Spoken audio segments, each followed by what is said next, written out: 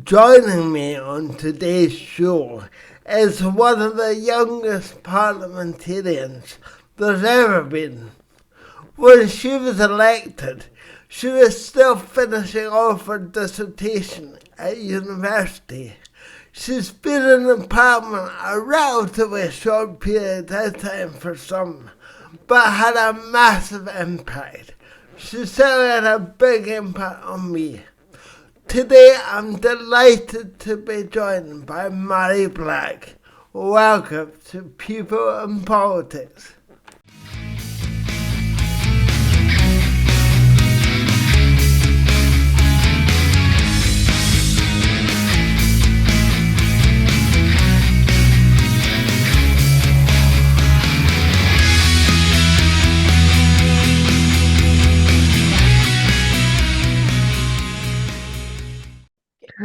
Mhairi, thank you very much for coming on to the show. It's great to meet you. No, likewise. No, glad to be here. Thank you. I don't know if I'm getting confident or blasé, but normally before a recording, I write pages of notes. But today, that's all I've got. So we might need to go slowly. That's fine. I'll take it as a compliment. It's an absolute compliment. Yeah, I've only got page 85. So, and normally I start these interviews by asking politicians about their careers and stuff before they came into politics. But I figured that before you came into politics, you were busy being a teenager. And I was, my job before getting elected was I worked in a chip shop. So it was frying fish. That sounds like perfect politician material. Exactly. To me, stuff being a company director or a banker, who needs that if you're happy? At least I know how to batter something. Literally and figuratively. Perfect. So I'm sure right that you studied politics at Glasgow and you were still finishing off your dissertation before you got elected. That's quite a story. I remember having to ask permission from the whips to go and study back in the hotel in between votes. And studying for a politics exam in the House of Commons library is bizarre to say the least. I wonder how many politicians have done that before. I know. I tell you, it was still nerve-wracking though going into that exam. It was like that. I could feel half the room hating me because they're scrambling about trying to find employment, and there's me just rocking up to the House of Commons. So it was an experience. That sounds great. So you must have known pretty early on that you wanted to go into politics or had an interest in politics. So were your parents political? Did you grow up in a political household? Well, yes, we did. I definitely grew up in a household that talked about politics. I was saying to someone earlier on, it wasn't until I was, I think, 17 or 18 that I heard the phrase "don't discuss politics or religion," and all I could think was, well, what do you talk about? Like, that's all we would talk about in my house. And so we were political in the sense that we were always kind of talking about things and debating things, and there was no topic that was that we weren't prepared to talk about. But we weren't political in the sense of being active party members or campaigning for a political party. We'd never done that. It was basically much debating amongst ourselves and going on marches and things, but it wasn't until they announced that they were going to have a referendum on Scottish independence that we really started getting politically involved in the sense of going out and knocking on folks' doors and talking to strangers about politics. Right, right, because presumably, I don't know for sure, but back then, the Labour Party were very much dominant in Scottish uh, Yep. place with your family. So at that time, we was more like a Labour or something, Labour family or something like that. Yes, I mean, so both my mum and dad grew up with, the traditional sort of Labour families. My granda worked in the shipyards in Clydebank. Other grandpa was worked in the post office. So it was, they definitely had Labour values as Yeah. we were growing up, or what we would refer to as Labour values. But I think when I was young, I remember when Tony Blair came in, listening to my mum and dad talk about how they didn't trust him and how they didn't think he was good. And Yeah. so we were brought up with what I would say is traditional Labour values, but very early on, I think the message started coming through of, wait, Labour aren't what they used to be. Something's changed there. And then, of course, that sort of snowballed into supporting the SNP. And there Yeah. was a time I remember when the Scottish Socialist Party were doing well. I remember I remember that Tony Sheridan and Colin Fox. Yep, that's right. So he has in Edinburgh one time. That's right. And Rosie Kane and Yeah, yeah, uh, yeah. So I remember it was always very sort of left wing values, I suppose, that we were brought up with, definitely. yeah. But presumably it must have been around what you said, the time of referendum that you must have turned to the hmm SNP. And I was just trying to remember. I think I might say we had the referendum in 2014, but was it 2012 that they announced? Yeah, so if I'm remembering right, it was 2011 the SNP won a majority in the Scottish Parliament, which is supposed to be impossible. So it was a massive, shock to everybody. And when they got that majority, one of the first things they said was, we're going to call for a referendum um, on independence. And I remember at that time thinking, right, now's the time to get involved in doing stuff, because I believed in independence, and the more I thought about it, the more I believed in it. And it was similarly, my dad in particular was the same, and thinking, oh no, this could really change the course of all our futures. Let's get involved. Yeah, And that's how it sort of, between 2011 and 14, that's when I really became an activist, I would say. right. As you were talking there about the S&P winning a majority in 2011, I think Yep. I'm saying that the third parliament was set up on the basis of proportional representation, Yep. so that one party were not able to dominate hmm for such a long time, but that's not happened at all. hmm Yeah.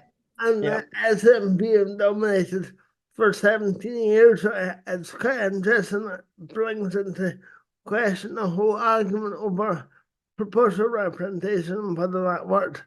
But but I suppose that's a whole other that's not Yeah. topic.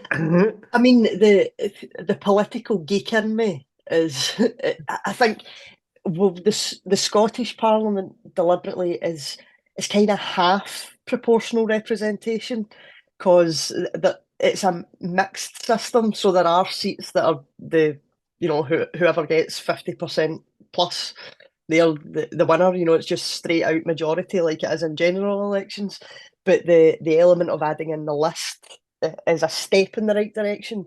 But Yeah, I would be in favour of having a completely proportional parliament, because I do think that it's certainly in my experience anyway, I think that coalitions on the whole, are a positive thing because it forces people to engage with each other and it forces you to find middle ground. And I think, arguably, I think the Scottish Parliament, if we had a more proportional system, I think it would be even more representative than it is just now. But it's still, personally, I think it's still a better parliament than Westminster is, because at least we have an element of the proportional representation, whereas Westminster's just straight out win Yeah, or lose. first past the post. Yeah. Yeah,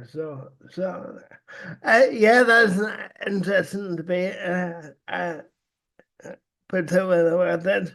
When the Scottish Parliament, I think one of the first administrations was a coalition with Yep, Labour. that's right. Yeah.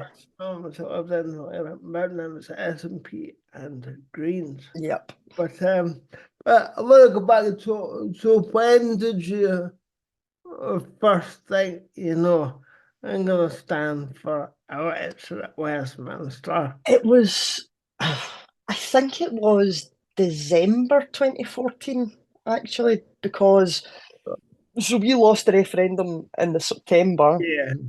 and then it so it felt like, for the Yes campaigners, certainly, it honestly felt like a death. There was a period of Good. mourning, and that we've spent years doing this, Decade. and we've just missed out.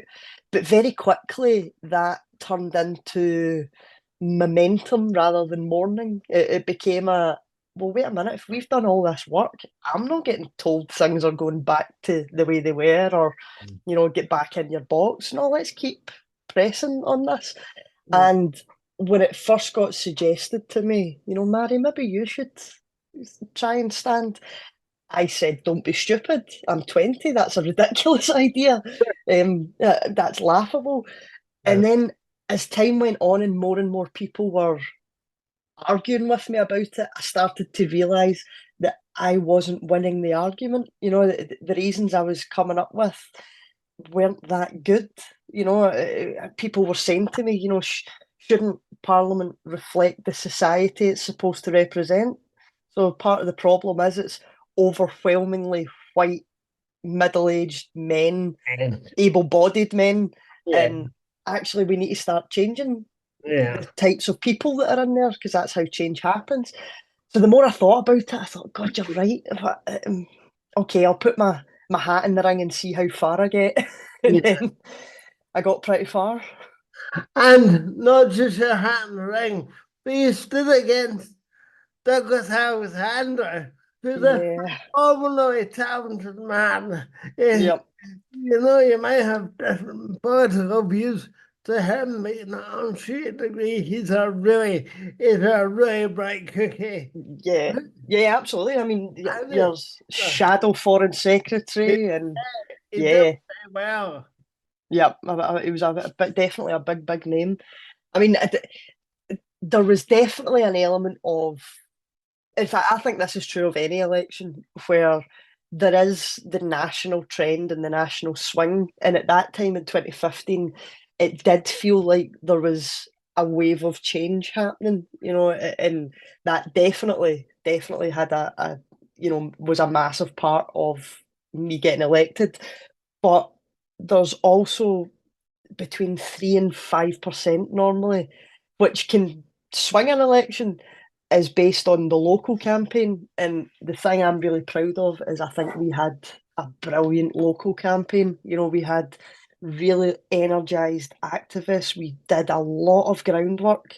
And I have no doubt that if we didn't run the campaign that we did in 2015, I don't think I would have got elected. I think that was the last sort of push over the line, definitely. Can you remember the majority that Douglas had, and what the swing was? Was it a massive swing in New York, or Now, I could absolutely embarrass myself here and get it wildly wrong, right? So don't trust me here. But if I remember rightly, I mean, he had a majority of thousands, like maybe about 13,000 or something like that. That, that, Yeah, that's so and sad. then I think when in 2015, I think I had a majority of maybe about 4 or 5 thousand. It's something like that. So it was a definite swing. That's a monster swing. Yeah.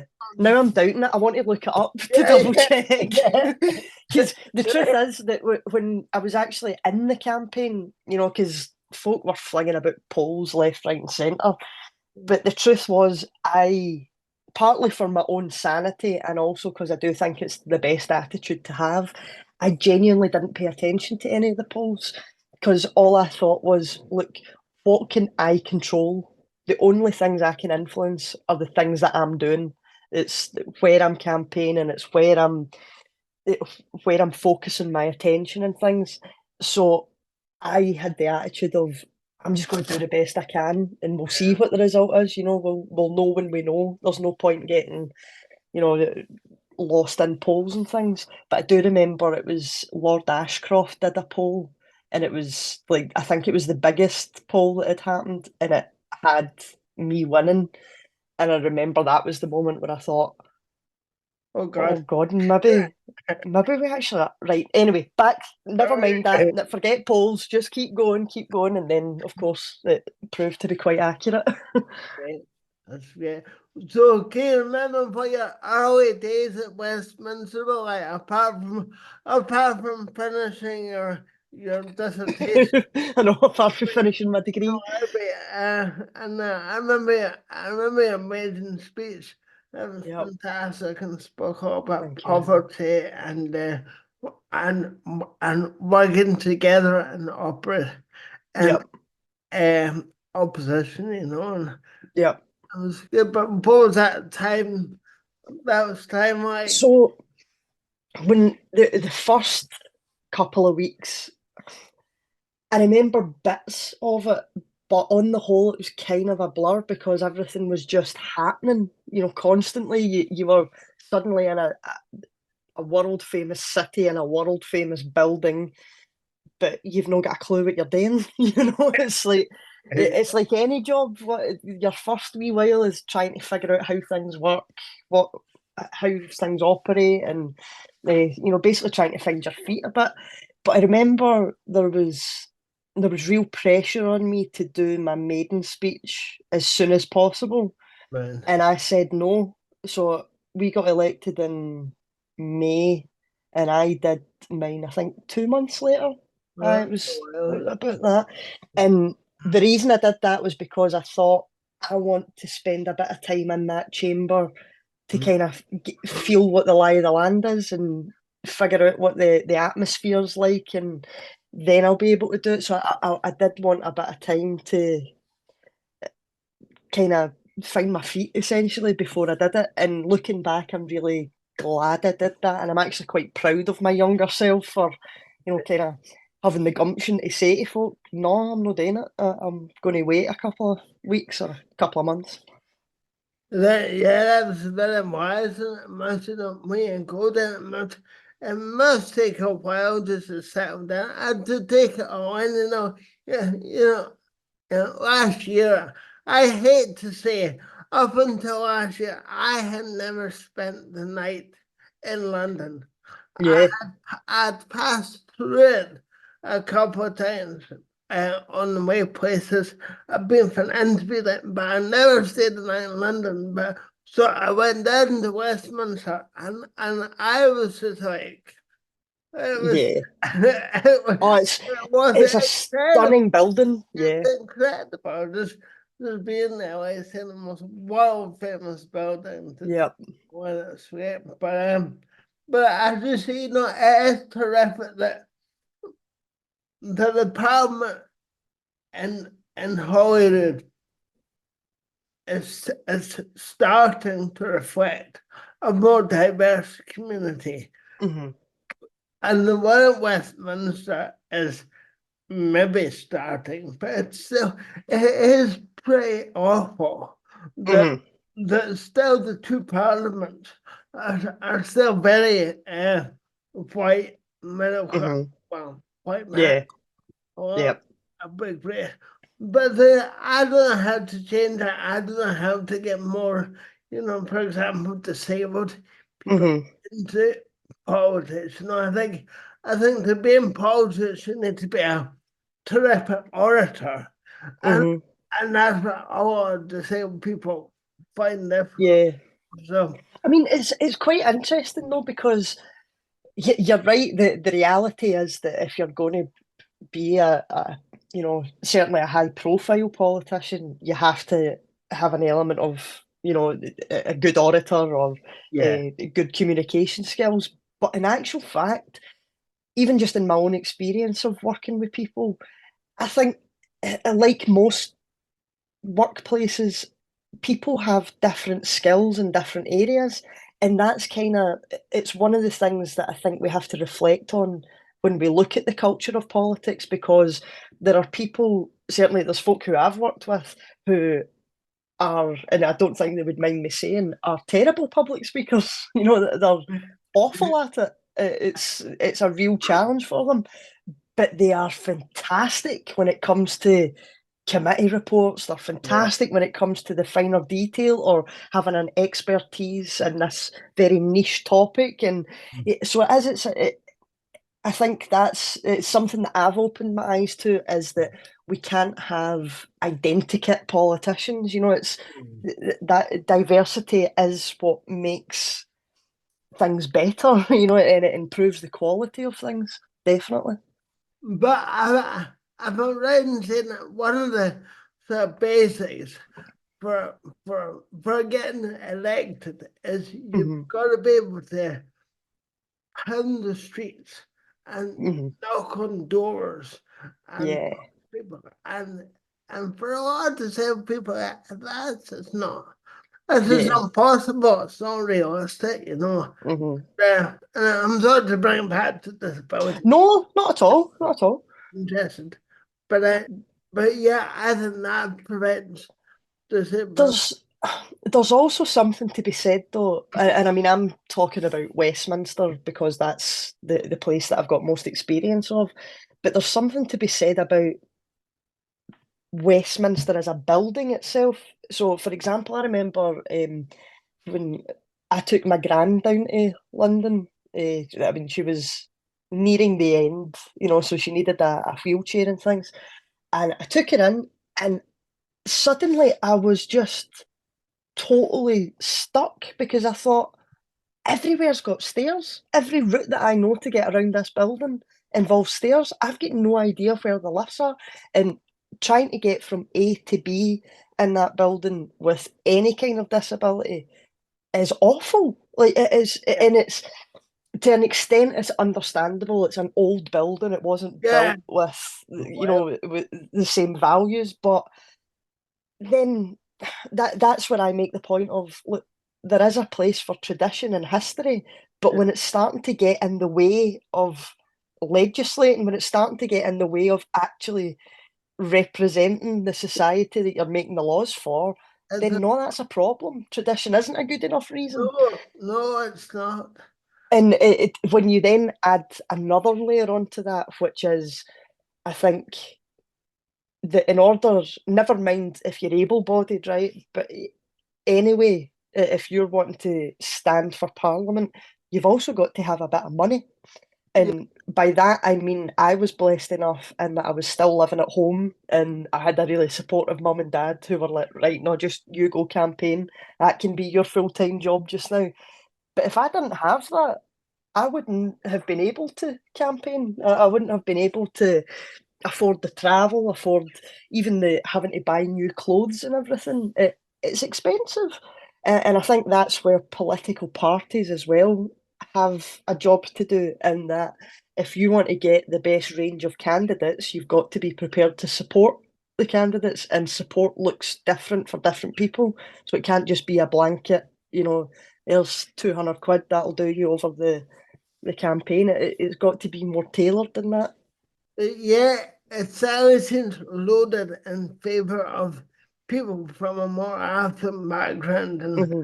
and who've been to certain schools and Yeah. versus a whole other whole other debate. Yeah. Yep. That's a that's a whole other can of worms, and Yep. yeah, so yeah, but I was just thinking when I was down in London, it was my last day, and I was walking right past Westminster, and Hmm. my pal had to come back to the hotel because we had walked miles. But Right. and she was getting knackered, and Yep. I said I'll follow you soon. But I went past Westminster. I had the walking frame with me, and there was a door, and I thought, you know what, I'm gonna try and get in there, and Hmm. and I didn't for a minute think I would get in there, and I thought security guards would just but but I got right in of them, Yep. and they said for somebody can't remember who it was, and she took me away have it, but she took me this and Yeah. up in the lift, and I got right into the chamber. Oh, fantastic. Yeah. I was amazed that I got in the door, but Hmm. But not just that, got right up to the chamber Yeah. That's excellent. with my walker. So there's Yeah. always a way to do it, but like you say, it's not very obvious. And Yep. so I was gonna say, what's maybe one of the highlights of your time, and what have you not liked? Because I'm sure we'll get on to the bit in a minute where it's a pretty Yeah. toxic culture down there. I think, I mean, the thing that I like the most and will miss the most is genuinely the staff in Westminster. I think they're fantastic. They are there till all hours. They're there to cater to everybody's needs, and they do so with respect and patience, and they know all the gossip. So it's great to to get on with them. So I'll genuinely miss talking to the staff because they're my sort of dose of normality when I'm down there. And the thing that I've least liked is politicians. Yeah. Genuinely. This is the one thing that I will not miss. Is it? Well, yeah, yeah. And I'm sure Red that you're gonna step down. Yeah. And I wanted to ask you about this because almost this not I'm sure you've talked about one of the reasons we're standing down is the toxic nature Yep. of politics. And is it politics? Is it politicians? Is it social media? Is it yeah, talk about I mean, it's that. Mm. it's not so much social media, I don't think, because just personally speaking, I made my peace with social media a long time ago. I just kind of realised that's it just is what it is. Yeah, And I'm blessed enough that yeah. my circle of people are not just very protective of me, but they like for instance, my pals have got a group chat where they scour the internet for the worst insults about me and send them to me. So I'm blessed in that I've got quite a dark sense of humour in that sense. So social media is not so much. The toxicity of it, I think, is much more to do with being in Westminster itself, because the nature of how business is conducted and how politicians interact with each other, I don't think is particularly healthy. In fact, I think it's unhealthy how it happens. There's more pubs in Parliament than there are childcare facilities. There's whenever you're dealing with people or politicians, you always have to keep in mind that you don't know what their motive is. You don't know if they've got an ulterior motive. You don't know who you can trust, when you can trust them.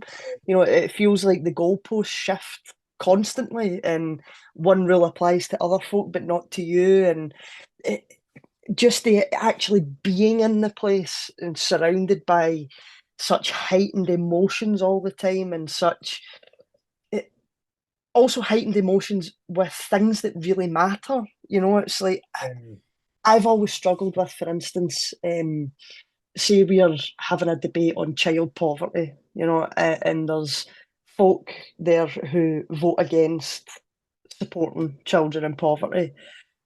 How am I expected to go to lunch with with the same people and act all nice? And mm, I just don't have that because I think I'll talk to anybody, but I'm not going to forget the fact that you're okay with kids living in poverty, and I've got a problem with that.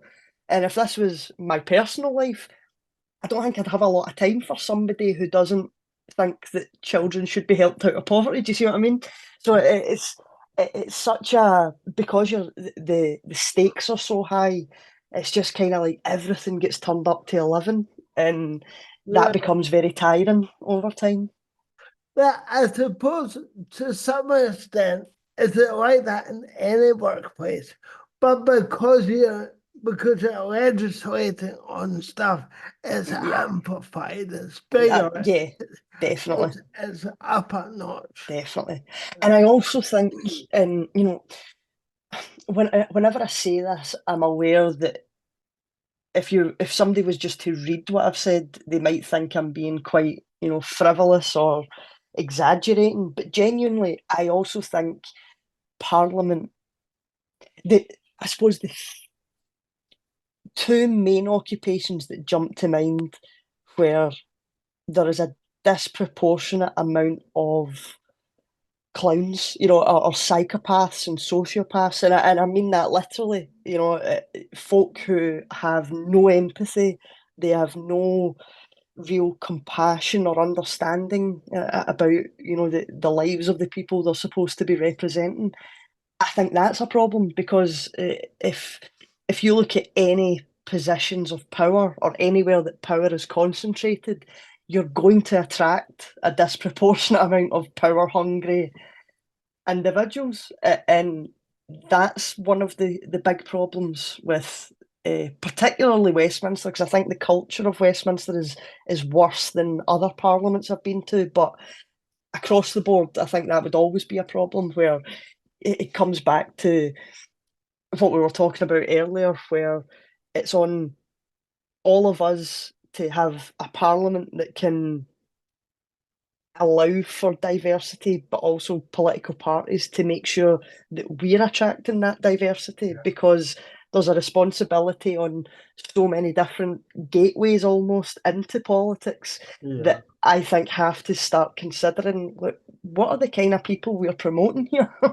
Or what are are we tacitly or just are we implicating or the fact that you have to be very cutthroat, you have to be stubborn, you have to be a good liar, all of these things. I think no, that's what we need to change about politics. yeah, There has to be space for people to get it wrong, for people to change their minds, and for people to give honest answers without being crucified for it.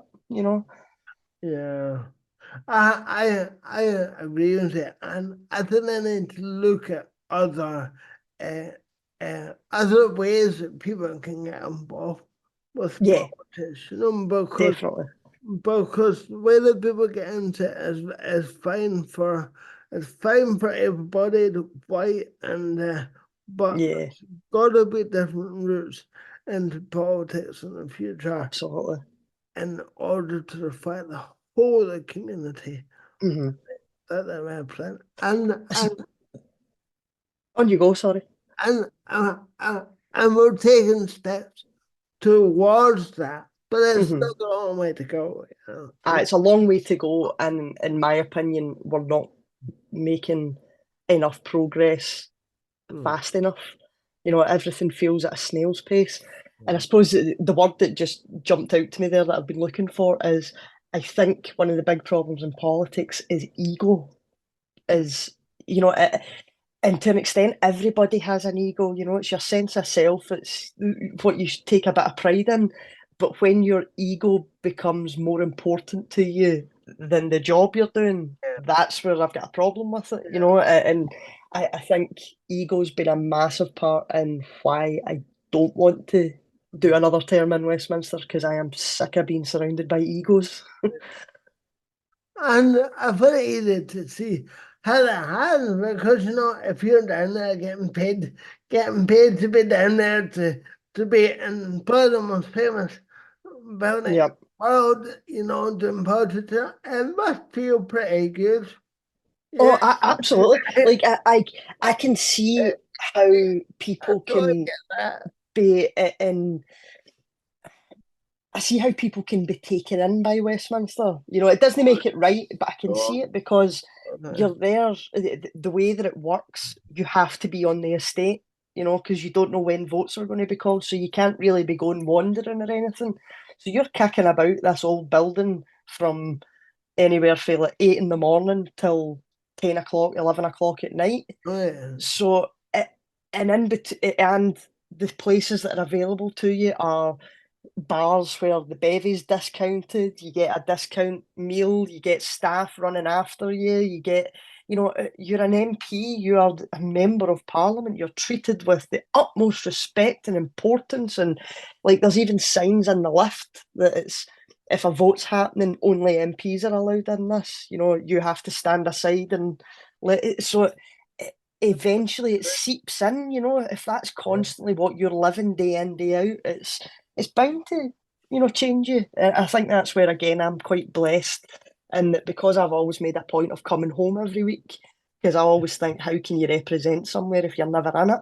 No, that's fair. So when I'm home, I'm surrounded by people who will knock me down a peg or two, you know, if it ever does get to my head. But not all MPs have that. No, they'll send your social media, uh, Yeah, your worst yeah. critics. Yeah. You know, folk looking themselves up and things. I just think, nah, it's Mhm. So, so what next for you then? We understand that. genuinely, I don't know. I Really? honestly don't know because, and there's a couple of reasons. I mean, one is we don't know when the election is, so it's difficult to plan ahead. You know, if folk are saying, when can you start? And I've got nothing idea. It could be January 2025 for all I know. Could I be. don't know. So that's an element of it. The other factor is that until that election, I'm still working. You know, I've still got my full-time job being a Yeah, member you of still parliament. So you don't want to be, or certainly I don't want to be, you know, just taking a step back before the election's done. You know, I've still got work to do. yeah. So my plan genuinely is that once the election happens, first thing is I'm going to have a really good sleep. I'm going to have a right good long lie and just wake up whenever I want. And then I think I'm going to just take a wee bit of time and try and look at what opportunities have presented themselves, you know, and see what works, what feels good. Because I don't want to just jump into something for the sake of it, you know. But equally, I will still have bills to pay, so I can't Of take too course. much time. Yeah. Um, Could could you see yourself standing up here at Hollywood? I don't, I don't, certainly not anytime soon, because I think one of the things that I'm also kind of not keen to, but I think I want to do is take a step back from party politics, Yeah. because Mhm. I genuinely think politics is in everything. You know, it's everywhere you look, from like the price of food, the what wages you get, even things like the Barbie movie coming out. That was political. You know, there is a political element to everything. So, in that sense, I have no doubt that I will still be politically active. Yeah. Um, but I think I'm quite intrigued and excited at the thought of being able to engage with politics without having the responsibility of also representing a party and representing, you know, very specific policies and things. I'm kind of looking forward to being able to I suppose, speak more freely and, be Yeah, more myself rather than be a representative all the time. yeah. Well, I'm sure whatever you're going to do, you've been really terrific at it because Oh, thank you. you've been in Westminster. I suppose for some people, a relatively short time, but you've made a terrific contribution and Thank impact you. to public service, and I'm sure you'll go on Thank you. well. And it's been a real privilege talking to you today, and No, thank thank you. And thank you you. for your kind words. I'm trying not to hit a beamer. I don't say that to everybody. No, thank you very much. So, yeah, thanks. Thanks very much. No worries. Brilliant. Cheers.